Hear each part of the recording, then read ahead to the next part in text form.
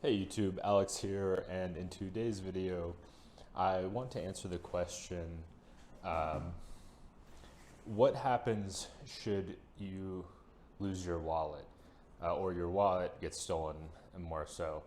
And I have several points that I would make as far as things that I would personally do to recover from that kind of situation, and it's kind of staggered as to if other additional items of yours are stolen as well. The first thing I'm going to mention in this video, to preface everything, your safety, your health is not worth any amount of money. If someone tries to rob you, then definitely comply to increase the likelihood that you are not a victim as far as traveling abroad. I can't speak as much on unique situations. Of course, you have to do your own thing and make the wise decision. But from my understanding, from what I've read, many of the times that somebody is injured or killed in that kind of situation, then you're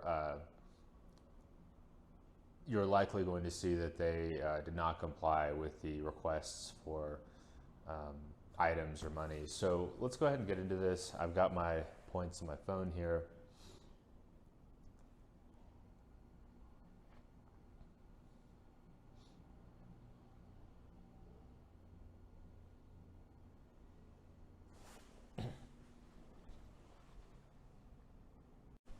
So the first point I want to mention here is that if you have a phone, use it to contact your bank and let them know that your credit cards have been stolen and to cancel those cards. And this is assuming you haven't just temporarily lost your cards. Obviously, if you misplaced your wallet in your hotel room and you remember using it, say, an hour ago or 2 hours ago, that's not necessarily the time to cancel the cards. But if you've actually been the victim of a crime, the first thing you'll want to do is with your cell phone to contact your credit card companies. If you don't have a cell phone, I would recommend, if your cell phone's been taken as well, go to an internet cafe, maybe even ask the hotel staff, explain the situation, and see if you can borrow one of theirs. But you don't want to have those floating around out there. The next thing you'll do when you do talk to your credit card company, of course, it's going to vary depending on what company that you use, but typically they can express ship you a new card, even abroad. Now, some may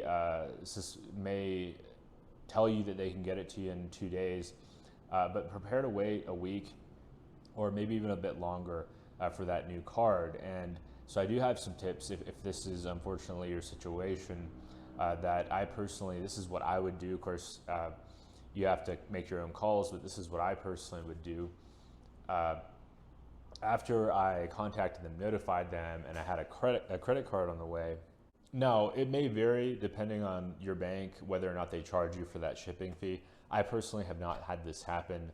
I'll get into a couple of my backup ideas as well, because I do something slightly different depending on the circumstance based on my own setup. But the next thing you'll do, if you still have your ID, it's not as extreme.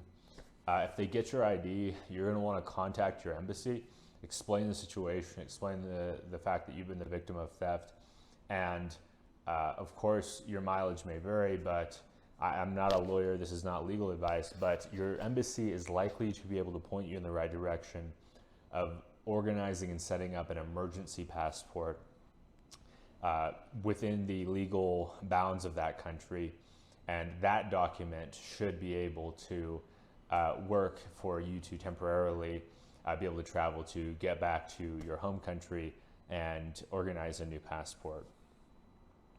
The next thing I'll mention here, let's say they got your cards and your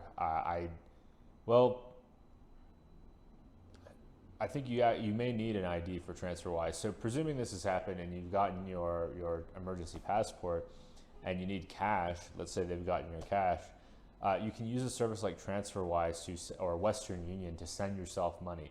There will be an associated fee, but this is a situation where, presuming you can get access to an internet cafe or a friend of yours' phone, like a hotel staff member's phone, then you can send yourself money to one of those locations that disperses cash and send it to yourself. And that way you're not in a country where perhaps you don't speak the language, you have no credit cards or cash, no cell phone, and no ID.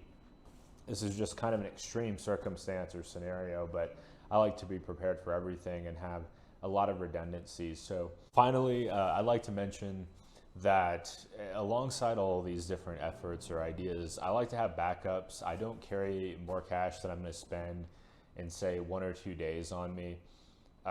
Typically, this is $50 to $100 maximum, and I feel like this is an amount of money that I'm not going to. It's not going to totally change my financial circumstances to lose that money.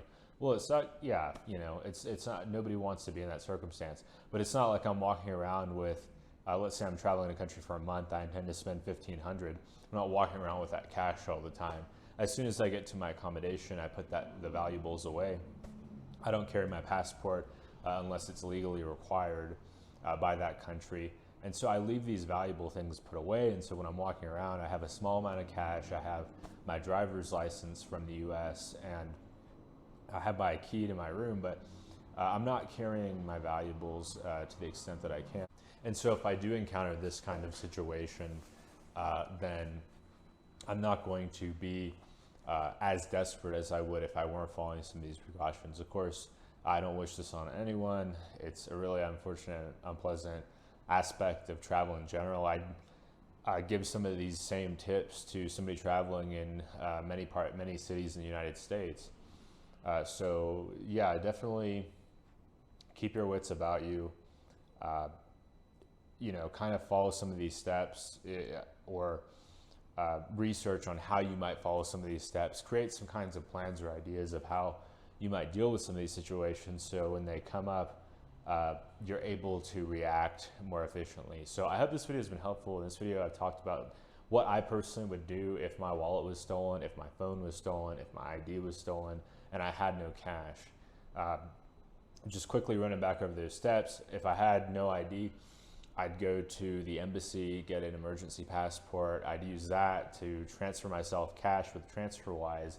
I'd set up a card replacement to where my current location, organizing it with the hotel, I'll be able to receive those credit payments, and then from there, perhaps you purchase a cheap cell phone and you kind of go from there. But I would hate for anybody that follows my channel or subscribes to be in this situation and not know where to turn or what to do. So if this video has been helpful, definitely give me a thumbs up. Let me know what you think down in the comments. If you've had this happen to you before, or if you've had perhaps a friend or relative that this has had to go through something like this, let us know. Definitely we want to inform travelers and educate people traveling long term. And finally, subscribe. If you want to see more content like this, definitely subscribe to the channel. And I appreciate you watching. It really blows my mind that people are interested in some of these things and see that I have and think that I have a unique take. But anyway, have a wonderful day.